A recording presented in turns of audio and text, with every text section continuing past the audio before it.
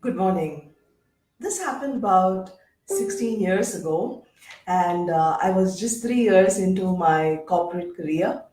And one of my immediate bosses, he came to me, and we were a bunch of people sitting there, and he said, "Climbing up the ladder is going to be very easy for you, Neela." So I took it as a positive compliment initially. And then he said, people who know how to work their charm around people, um, they will definitely climb up the ladder faster. And then he mentioned another lady's name who got shifted to the corporate office. And he said, just like her, you're going to be able to do it. And then I realized that there was so much more that he meant, and it was not a compliment, it was not a good thing. But when he said, I was not prepared how to handle something like that, number one, I was very, very disappointed because I looked at him as a mentor. After college days, he was the first person I was depending and I was learning everything from. And the second thing was anger. I mean, I understood he was feeling insecure, maybe because, I was performing well. I kind of boosted my own self confidence in the process. But the thing was, yes, I was angry. I was disappointed, and it was not a great experience. But at that point in time, we were not sensitized about work harassment, about harassment at workplaces. We were not taught how to process it. But things have changed so much today, thanks to Me Too movement. People have realized that this is not an isolated activity, but this is more a systemic one. And also, I believe research also shows that more than a sexual desire, most of the times, it is a man's desire to show his domination in his particular industry or in his particular space. Um, so today we have with us to answer all these difficult questions Nirupama Subramanian. She is a consultant, facilitator, coach. She has spoken at our summits several times and added value, great value. She is also the co-founder of GLOW, which is Growing Leadership of Women. Thank you so much for joining us today. Thank you, Nirupama. Neela. My pleasure. I think on two counts. One, I'm a part of this community, Gurgaon Moms, and it's been lovely to be a part of this very vibrant space for women. And secondly, this is a topic that I feel passionately about in terms of helping women cope with many of these issues and finding more success and fulfillment at work. So I think we'll start off with defining what this problem actually means. So what constitutes sexual harassment? Is it only when sex is involved or a sexual advance has been made? Or does harassment become, when a woman employee, just because I'm a woman employee, if I'm subject to any type of harassment, will it be categorized as sexual harassment? Yes, so fortunately, we have the Prevention of Sexual Harassment Act, which defines what is sexual harassment very clearly. And the Ministry of Women and Child Welfare has also got a handbook which defines very clearly what is sexual harassment, what is not. So I think two aspects to it. The first is it's an unwelcome act or behavior. So it is something that makes a woman feel low on self confidence, uncomfortable, at ease, lowers her self confidence and self esteem. So it is unwelcome. And of course, what is unwelcome for one woman may not be for another. But for me to see is it harassment or not, it's an unwelcome behavior. The second aspect of it is it constitutes a whole gamut of behaviors, not just sexual remarks. It includes physical advances, any physical contact which is unwelcome, remarks, sexual innuendos that are intended to demean, showing clips or pornography, just sending text messages, which is actually very common these days. Uh, all of that come under sexual harassment. Apart from that, it's also withholding any promotion or anything from a woman for sexual favors, or even promising something in return for sexual favors. Anything that creates a hostile work environment for a woman is sexual harassment. So you did mention unwelcome. Yes. So is there a difference between an unwelcome advance and an inappropriate advance, or are they the same? So Neela, this is where there's a fine line. Okay. So, and we were, having discussions as, is there something called harmless flirting and is there harmful flirting? Oh, that was definitely one Yeah, of the right. questions that I had for you. Yeah. So I think the first check is for the recipient to check in to see how do I feel in this moment. Okay. Is it something that I can laugh off and ignore, or is it something that is making me feel distinctly uncomfortable?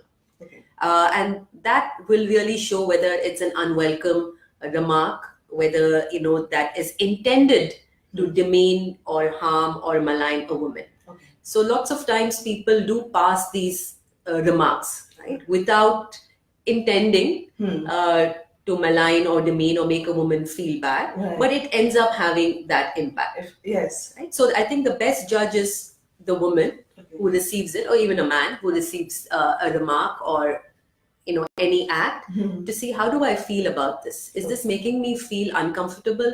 Is it making me feel that I am separate from the group? Is it making me feel uneasy, lowering my self-esteem? Then it's a clear indication that it is unwelcome and it's a part of sexual harassment. Okay. For example, giving a compliment, right? So sometimes it's taken nicely. Sometimes you sense there is something behind it, and Right. you Yes. put those boundaries. That is true. So a woman, when she senses that, the first act of or instance of harassment, what should she be doing? What is your advice? So I think the first thing is to just take a pause and check in with yourself, right? How do I feel about this and what do I want to do?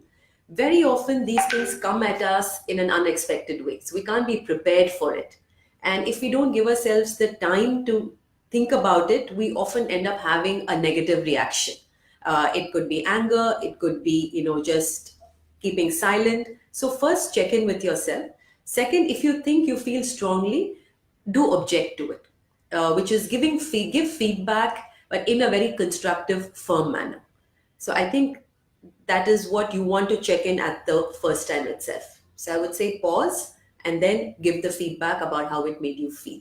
So are you saying that, so would it be advisable that I go to a HR or somebody else or probably another woman leader because they may understand it better? Or do you think I should confront the person who made me feel uncomfortable with the feedback? Yeah.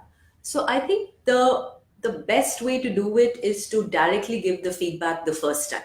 Okay. So the reason why I want to take it to HR is usually because it's escalated to a situation where I'm unable to handle it myself. Okay. So if it's just an inconsequential remark that somebody has passed about me and I feel uncomfortable, I think it's very important to let the person know in the moment itself, because the impact gets diluted.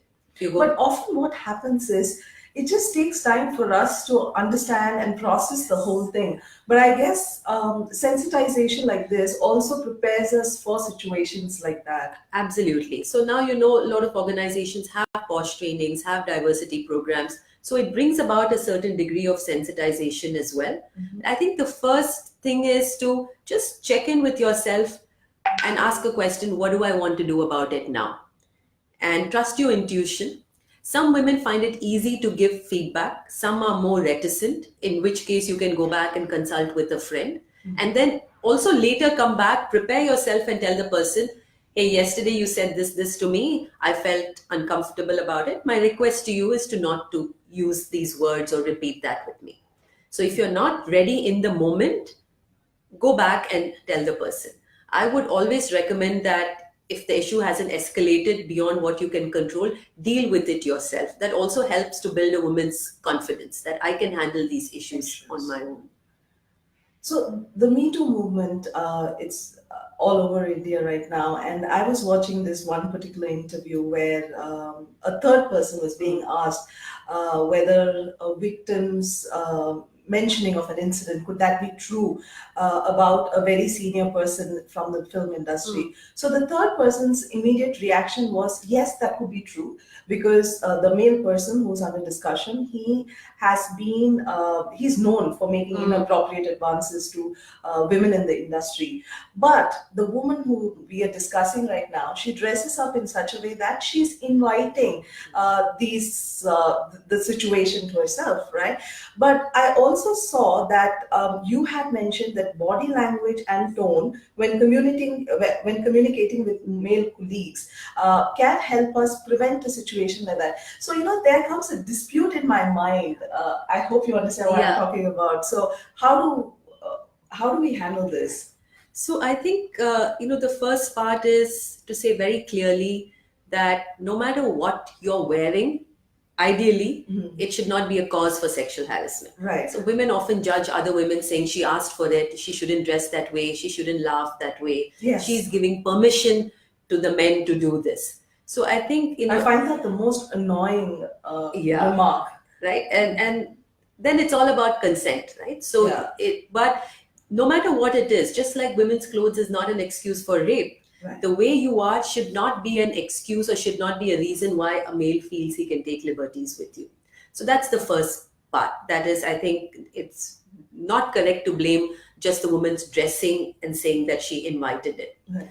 The second part is, I think there's also some ownership that has to lie with us as women, of being aware of our situation, our circumstance, the external world, and then behaving in a manner that is appropriate for it. So if you want to wear what you want to wear, and I think that's perfectly fine, also be ready that it will invite certain consequences. And that's where your body language, the tone, and the way you present yourself makes a difference as well. So if you can wear what you're wearing with confidence, speak firmly, maintain direct eye contact, that will also communicate to the other person that you're not to be taken lightly. Or just because you're dressed in a particular way, it is not an excuse for any inappropriate behavior. So when somebody just slips something which is inappropriate, Yeah. and you have already expressed to them that you have not taken it very well and this is not right, and he cannot do it again. But what should be the behavior after that? Should it be friendly, or what do you recommend? What should the body language be? Yeah. Of the woman? Yes, of the woman. So I think it's perfectly okay to go, you express what you want to do, what you want to say, and then you go back to being normal. You let it go. You let it, ideally you let it go. Okay. Again, a lot of these are very situational and contextual. True.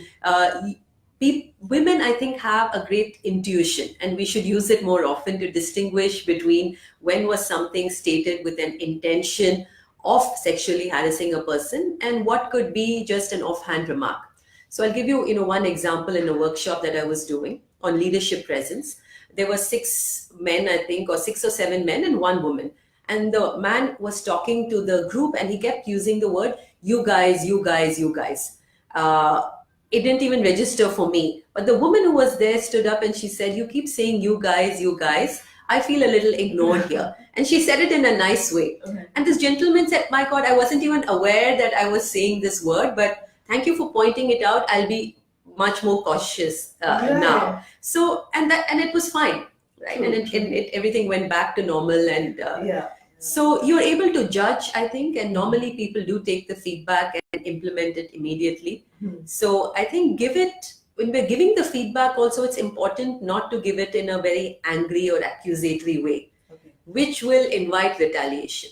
I think it's perfectly possible to be very firm and also state what was the behavior, this is what I felt, and this is my request. And if you state it that way, the person to whom you say it doesn't get offended, it doesn't spoil the relationship. But of course, these are for the minor ones. And yes. Yeah.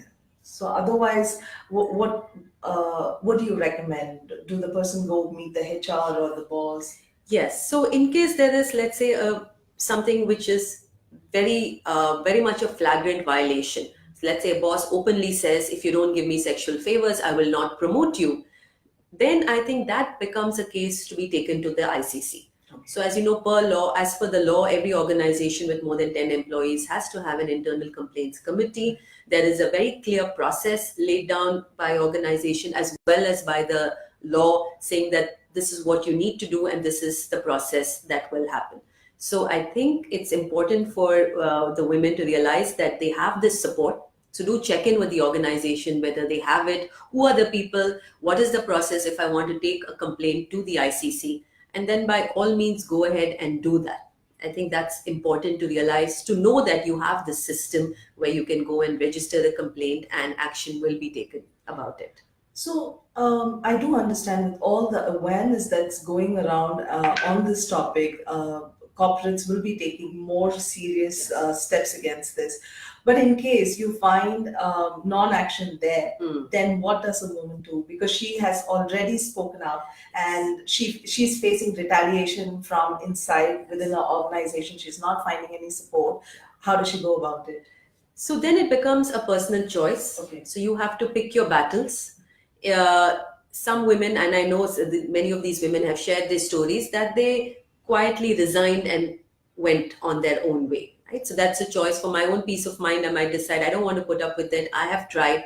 I'm resigning, and end of story. I will make sure next time I will learn from this. That's one option, and it's entirely up to you. Right. So that's why I said pick your battles. The second thing which a lot of women are doing now is taking to social media. Like what happened in many organizations, as you're aware, that after they quit, the feeling is so strong that they take it up on social media. That also invites a certain kind of a backlash, and you have to be prepared for it. The third is actually you press harder with your internal committee and ask them to take a stance. Right. So usually what people tend to do is to give up early on and say nothing is happening, forget it. But if you are really determined, the law has a provision whereby you can get redressal. Okay. Then it's up to you how to push on. Like in India, we say court case. I don't want to get into a court case. Let me leave it because the process is too tedious. But if it's an issue which is really important, then it's important to persevere. And then I think justice will happen. Yeah. Maybe delayed, but it could happen. It should happen. Happen.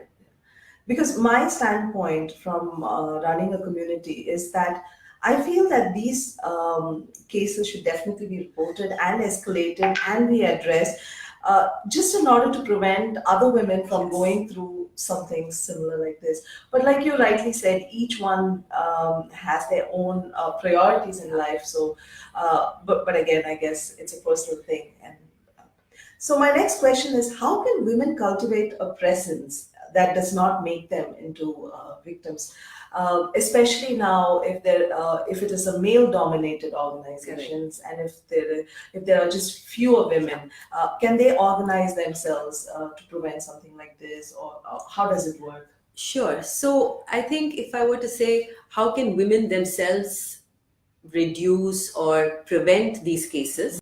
So I think 4 very simple steps. First is the presentation, as you said, the presence. Present yourself with confidence.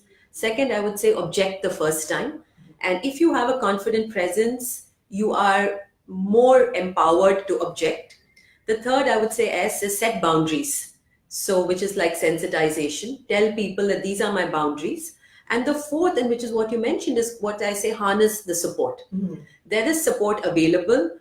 Talk about it, take it to a mentor or a coach within the organization. If you have a great relationship with your manager, report it, get 2-3 women also on board with it. And I think that would definitely give you some sense of being supported rather than being a lone warrior fighting this battle. So all of these are options that are available to the individual woman, and it's up to you as to how you use it.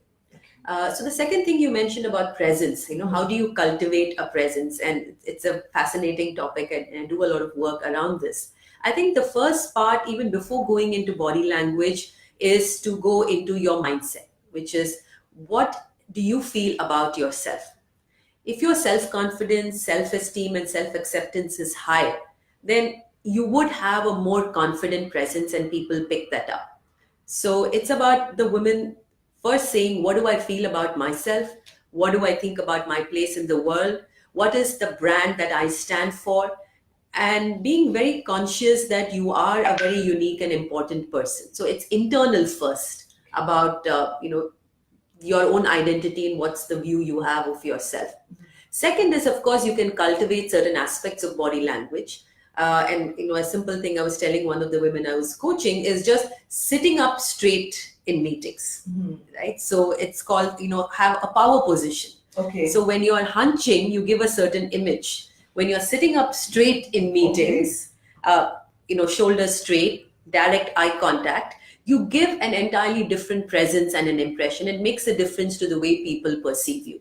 So by That's a doing lovely point. Okay. by doing little things, so if you just have a power posture and position, keep yourself high, maintain direct eye contact, these are things which communicate confidence to the other person, and research shows it makes a big difference to how the other person sees you. So it is not just, as a means. It is not just to handle this particular problem which is under discussion. I think it's a very good leadership tip as well. Absolutely. Women Yeah. to establish themselves Yeah. as leaders. Body Yeah. language, I think, goes a long way. Absolutely. And women have a tendency, because of the way we brought up, to shrink and make themselves physically smaller. Right. Because we've been told, hide, be quiet, obey, don't be, fully who you are. So there's a tendency. And unfortunately, women who are the opposite get branded as bossy and aggressive. So very often we ourselves shrink and make ourselves smaller. A lot of women I coach have got feedback that they don't speak up in meetings.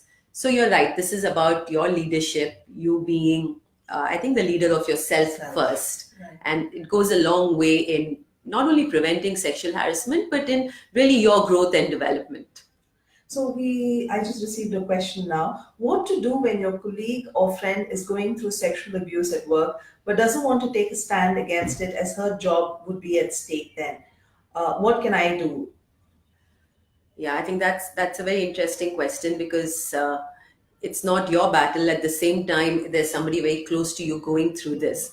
I think one important thing as a first step is, of course, listen with empathy, understand the person, what she's going through, and see what works best for them. Very often, there's a tendency to give advice from, this is what you should do. But I think even before going into advice mode, really listen and understand, what is she going through, what are her fears, are they founded? So just give an empathetic ear. The second is make available or bring to her notice all the options that are possible, right? Like going to the committee, what would happen if you did this, what would happen. So help her to weigh the pros and cons of each action. So what's the worst thing that could happen? You could get fired. So then what does that mean? Right. Can you not get another job? Very often we think this is the worst thing that will happen, and that's the end of the road. True. So do offer her options. Second, it's a very simple thing of accompanying her to go and make that complaint. Just moral support, right? So go to the ICC, make a complaint and say, I am there with you. And you could also help your friend by speaking to a couple of other people who are trusted colleagues and saying, this is happening, what do you think you should do? I think what ideally you should not do is to say, stay quiet and forget about it, because this will have consequences not just for her, but all the other women at the workplace. Right. And I think it's important to make sure that some action gets taken. Otherwise, today it's this woman, tomorrow it could be somebody else. So do appreciate her fears and her, hesitation, but help her to move forward and be very clear as to what these fears really are. Will it really happen? Now, organizations are much more open and willing to receive this. And nobody wants bad PR, because of something coming out on social media. Very true. So I think if you just stay with her, listen to her, it would really help her to figure out what should she be doing in this situation. That's great.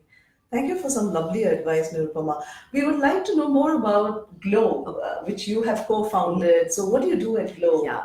So GLOW stands for Growing Leadership of Women, and we like to believe it's GLOW. So my partner Aparna Mathur and I started this about a year and a half ago, because we wanted to provide a space where women can come, learn, share, and grow. Right? So that's really about the growth. So we do 4 things in 4 areas. One is with corporates. We work with corporates to enable women to become better leaders and develop their leadership potential. We also do open programs where we invite women across all segments to come and experience and learned something new for themselves. Then we also work with women entrepreneurs, and we have a not for profit. Overall, our mission is to help women find success and fulfillment in personal and professional lives. So there are many ways of doing that, and that's really what we want to contribute, and just help women become leaders of themselves in whatever context they are. So, which is why this topic and theme is something very close to my heart as well. Oh, then we wish you all the very Thank you best, very much. Nirupama, because your success means the success of many more Yes, women as yes. well. So, wishing you all the very Thank you best so for much. that. So, sexual harassment is not just a women's issue, it is a leadership one. And we need managers who will foster a culture where sexual bullying is considered a threat to the entire company, to the entire organization itself. Thank you so much for the lovely session and for answering our questions very patiently. Thank you. Thank you so much, Neela. Pleasure being here. I hope this is helping some women to find answers to issues around sexual harassment. Thank you so much.